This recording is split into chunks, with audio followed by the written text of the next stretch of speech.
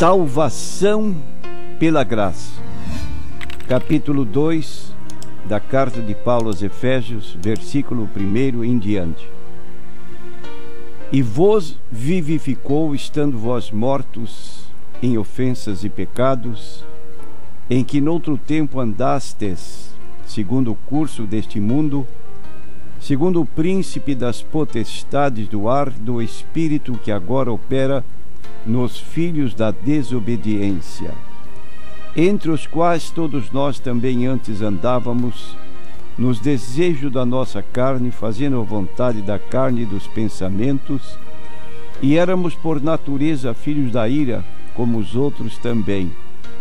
Mas Deus, que é riquíssimo em misericórdia, pelo seu muito amor com que nos amou, estando nós ainda mortos em nossas ofensas, nos vivificou juntamente com Cristo, pela graça sois salvos, e nos ressuscitou juntamente com Ele, e nos fez assentar nos lugares celestiais em Cristo Jesus, para mostrar nos séculos vindouros as abundantes riquezas da sua graça, pela sua benignidade para conosco em Cristo Jesus. Porque pela graça sois salvos, por meio da fé, e isto não vem de vós, é dom de Deus, não vem das obras, para que ninguém se glorie. Prezados ouvintes, quero ressaltar esta palavra: pela graça sois salvos. Quando mencionamos a palavra graça, é preciso que entendamos que esta palavra tem um sentido de favor imerecido. É por esta razão que no texto de Efésios, lido no versículo 9, declara: não vem das obras, para que ninguém se glorie. Então, ninguém, vou repetir, ninguém, prezado ouvinte, poderá ser salvo pelas obras, pelas boas ações do amor, ou por tentar guardar os mandamentos de Deus, dentro de uma colocação que certas pessoas hoje nos abordam e dizem: você guarda a lei de Deus? Nós respondemos sim. Bom, mas você guarda o sábado? Não. Então você quebrou todos os mandamentos.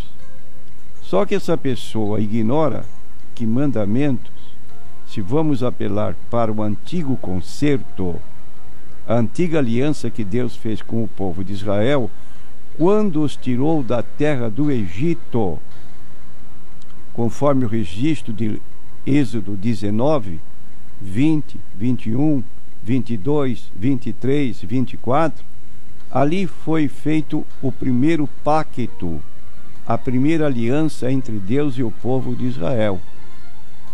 Esse pacto foi invalidado pela quebra do mandamento de os israelitas terem prestado culto a um ídolo, a um bezerro de ouro que Arão fabricou, e eles se prostraram e louvavam o bezerro de ouro, quebrando assim o preceito que eles próprios haviam dito que obedeceriam. E agora então Deus, por meio do profeta Jeremias, estabelece um novo concerto, uma nova aliança, e declara: não conforme a aliança que fiz com seus pais na terra do Egito. Dentre os preceitos considerados cerimoniais ou rituais do Antigo Testamento, não nos obrigam você fazer distinção entre comer alimentos considerados imundos ou puros, aves, animais, porque Paulo declara em Colossenses 2,16 que todas estas coisas passaram porque eram sombras, e vivemos dentro de uma outra realidade exposta no Novo Testamento. Então queremos dizer que todos os não salvos estão espiritualmente mortos. É o que o apóstolo Paulo declarou: e vos deu vida, estando vós mortos em ofensas e pecados. Morto espiritual é um sentido de pessoas vivas fisicamente, mas que vivem sem relacionamento com Deus, sem contato com Deus, sem prestar culto a Deus, vive uma vida distante, afastada, e essas pessoas são consideradas mortas espiritualmente. Era a situação em que estávamos, debaixo do domínio de Satanás, como diz o versículo 2, em que noutro tempo andaste segundo o curso deste mundo, segundo o príncipe das potestades do ar. Esse príncipe é o diabo, e ele se tornou o Deus deste século, de acordo com 2 Coríntios 4:4. E a pessoa que não vive sob o domínio de Deus está no império desse príncipe das potestades do ar, do espírito que agora opera nos filhos da desobediência, entre os quais todos nós também antes andávamos, nos desejos da nossa carne, fazendo a vontade da carne e dos pensamentos, e éramos por natureza filhos da ira. Era o estado passado de nossa vida, debaixo do domínio de Satanás, escravizados ao pecado e sujeitos à condenação divina. Para sermos salvos desta situação e do castigo futuro que nós chamamos o inferno, precisamos receber a provisão divina da salvação. E essa provisão divina, diz o apóstolo, mas Deus, que é riquíssimo em misericórdia, pelo seu muito amor com que nos amou, estando nós ainda mortos em nossas ofensas, nos vivificou juntamente com Cristo, pela graça sois salvos. Então se trata de uma provisão divina de salvação para o homem ser perdoado dos seus pecados, ser espiritualmente vivificado e passar de um império para outro império, para sair do império do diabo e passar para o domínio de Deus, como diz o apóstolo Paulo em Colossenses capítulo 1, versículo 13, ele nos tirou da potestade das trevas e nos transportou para o reino do Filho do seu amor. Dois impérios, o do diabo, no qual estávamos, e agora passamos para o domínio de Deus sobre nossas vidas e saímos do poder dele, diabo, e do pecado, para sermos feitos novas criaturas. 2 Coríntios 5,17, o apóstolo Paulo declara: quem está em Cristo, nova criatura é, as coisas velhas já passaram, e eis que tudo se fez novo. É um milagre que ocorre em nossa vida por meio do Evangelho que ouvimos de nosso Senhor Jesus Cristo. Então somos novas criaturas e o Espírito Santo passou a fazer do nosso corpo habitação. Como disse Jesus no capítulo 7 de João: quem crê em mim, como diz a Escritura, rios de água viva correrão do seu ventre. E isto disse ele do Espírito que haviam de receber os que nele crescem, porque o Espírito Santo ainda não fora dado, por ainda Jesus não ter sido glorificado. Então há uma mudança espetacular, um milagre de Deus na vida do ser humano. E numa quantidade dos nossos próprios esforços, nada poderemos fazer, porque nossos esforços, nossas boas obras são consideradas à luz da Bíblia Sagrada, como trapos de menstruação, trapos de imundícia. Mas todos nós somos como o imundo, e todas as nossas justiças como o trapo da imundícia, e todos nós murchamos como a folha, e as nossas iniquidades como um vento nos arrebatam. Prezado ouvinte, o que traz a salvação, repetimos, é a graça de Deus mediante a fé.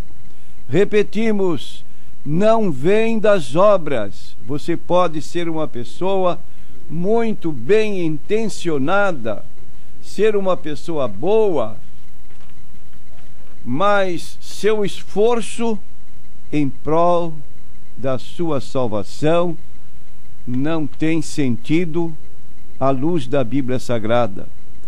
O dom da graça, do favor de Deus, inclui os seguintes passos. Em primeiro lugar, vem a chamada ao arrependimento e à fé. Em Marcos capítulo 1, versículo 15, quando Jesus começou seu ministério público, ele disse: o tempo está cumprido, o reino de Deus está próximo, arrependei-vos e crede no Evangelho. Em Lucas capítulo 13, versículo 3, ele declara: se vos não arrependerdes, todos perecereis igualmente.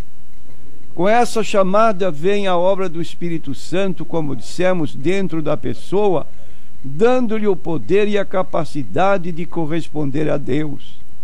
Se permanecerdes nas minhas palavras, verdadeiramente sereis meus discípulos e conhecereis a verdade, e a verdade vos libertará. João 8, capítulo 8, versículo 31 e 32. Em segundo lugar, aqueles que correspondem com fé, com arrependimento, ou vice-versa, com arrependimento e com fé, e aceitam a Cristo como Senhor e Salvador, recebem graça adicional para serem regenerados ou nascidos de novo. E a respeito disso, o apóstolo Pedro, na sua primeira carta, e no capítulo 23, aliás, versículo 23, ele declara: sendo de novo gerados, não de semente corruptível, mas da incorruptível, pela palavra de Deus viva e que permanece para sempre. Você teve um nascimento físico, você pode se lembrar do dia, anualmente você comemora o dia do seu nascimento, mas também há outro nascimento, sendo de novo gerados, não de semente corruptível, como disse Davi: em pecados me concebeu minha mãe, mas da incorruptível, pela palavra de Deus. É esta palavra que, ouvida, recebida, crida, muda o coração do homem, sendo ele assim uma pessoa nascida de novo ou regenerada. Em terceiro lugar, aqueles que forem feitos novas criaturas em Cristo recebem a graça contínua para viver a vida cristã, para resistir o pecado e para servir a Deus. Como diz o apóstolo Paulo, os que são guiados pelo Espírito de Deus são filhos de Deus. Então, o crente se esforça para viver para Deus, mediante a graça de Deus que nele opera. E a graça de Deus opera dentro do crente, aquele crente dedicado, tanto para querer como para efetuar a boa vontade de Deus. E do começo até o fim, a salvação é pela graça de Deus. Pela graça de Deus é que sois salvos, por meio da fé. Isto não vem de vós, é um dom de Deus, não vem das obras para que ninguém se glorie. Porque somos criados em Cristo Jesus para as boas obras, as quais Deus preparou para que andássemos nelas. Significa isto que, em resultado da salvação recebida pelo favor de Deus, há uma mudança no sentido de praticar aquilo que são obras sociais, ligados às necessidades do povo, mas não apontamos obras como meio de salvação, de redenção. Firmados estamos apenas na obra salvífica, redentora, efetuada pelo Senhor Jesus Cristo. O que vier daí é fruto da própria salvação recebida. Aceite este favor de Deus. Nunca imagine e nem espere você se aproximar de Deus pelas suas boas obras. Elas não salvam.